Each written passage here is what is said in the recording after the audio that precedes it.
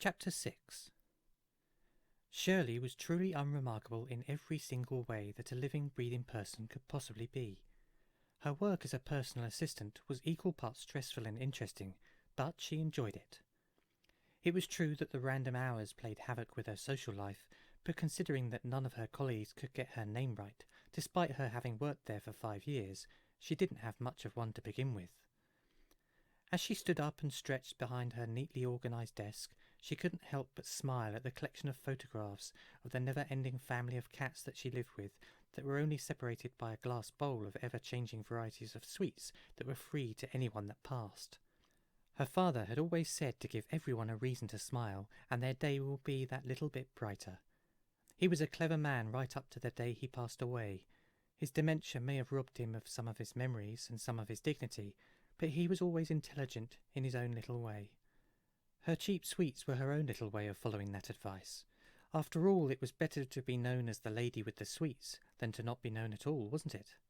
They may not know her name, but they all knew where she was when you needed some candy to put a little pep in your step. That was another thing her father used to say. Catching her reflection in the shine of the chrome accents on the wall, she sighed. Her thick-rimmed glasses made her look a lot older than her 45 years. The hand-knitted cardigan with cat faces on probably didn't help either, but she was who she was, and it was far too late to change now. What was the use of changing herself anyway? Grimacing slightly as she picked up her bulky handbag, she definitely felt ready for the weekend to start. She didn't have any plans. She never did, unless you count the cup of tea and the cheap romance novel with the shirtless cowboy on the front that she treated herself to on her lunch break as plans. She let her mind wander slightly as she wondered what sort of saucy shenanigans would be revealed between the badly designed covers, and couldn't help but smile. It was a simple life, but it was hers. Shirley looked at her desk before turning out the office lights and shutting the door for the last time this week. Putting up her umbrella, a bright pink one with cats on, she watched the rain and smiled. She always loved this kind of weather. It was almost like it was the world's way of washing away the debris of the day's hustle and bustle. Walking through the rain, Shirley stopped to look in at the window of a favourite pastry shop. It was part of her nightly routine to pop in for a treat after work, but the closed sign dangled on the door. Disappointment prickled at the back of her mind, but she brushed it away and headed off home. She'd managed to snag herself a nicely sized apartment in the middle of town, yet it was always peaceful there, just how she liked it.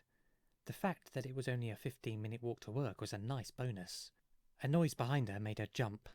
Turning her head to look, she noticed a grumpy-looking wet stray cat running across the road and smiled. Cats had always been her favourite animal, ever since she was little, and had a tiny ginger one of her own called Mabel. She had loved that cat, and it had been her best friend through some of her loneliest times. They were always so graceful, so full of life, and so utterly unique.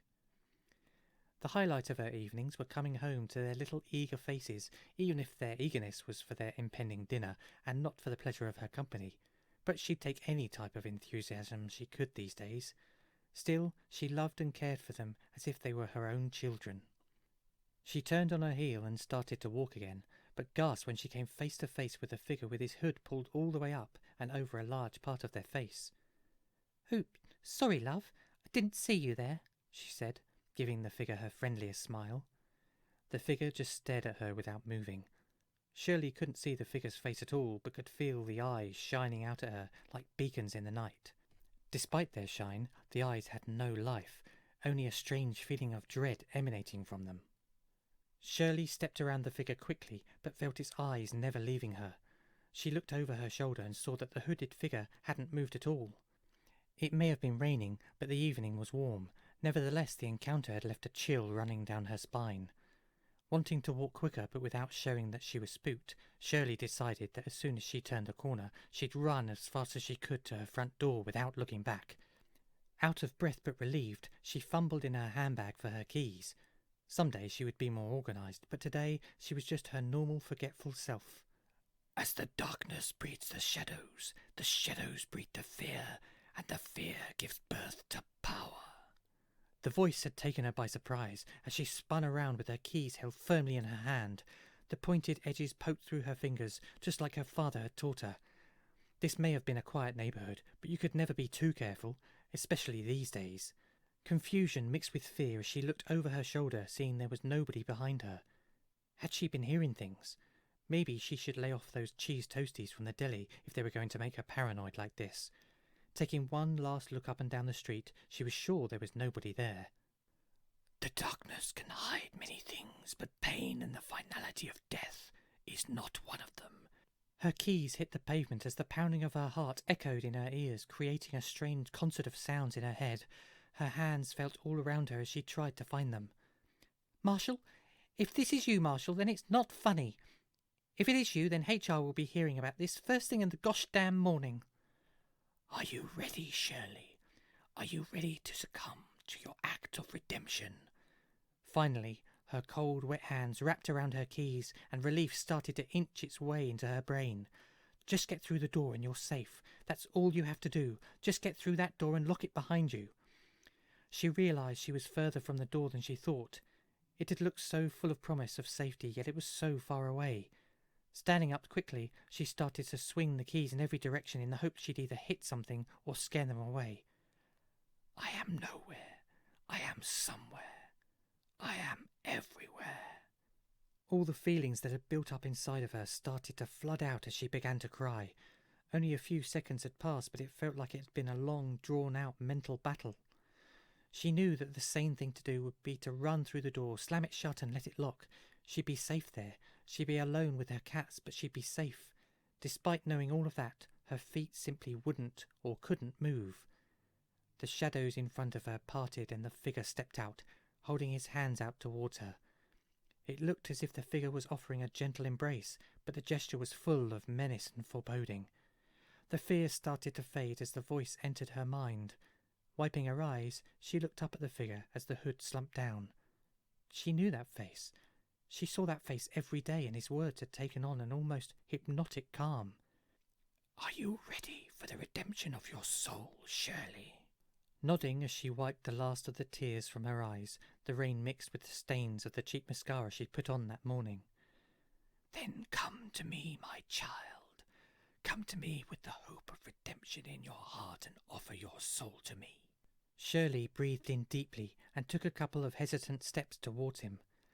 In a split second, his arms wrapped around her as if embracing a lost lover. A sense of euphoria flowed through her like a tidal wave of happiness. The smile that reached across her face made her feel younger than she'd ever felt before when she closed her eyes as her heart slowed to a full stop. Laying her body down gently, he laid her arms across her chest and closed her eyes with a deft touch of his hand. She had aged decades while in his embrace, and to him she had never looked more beautiful. Those that gave their souls willingly to him were always the most memorable. She had been such a lovely, innocent soul that the energy and life he had taken had tasted most succulent. A pure white carnation dropped from his hands and delicately landed on her chest. He liked to say his goodbyes in style, but knew he didn't have much time.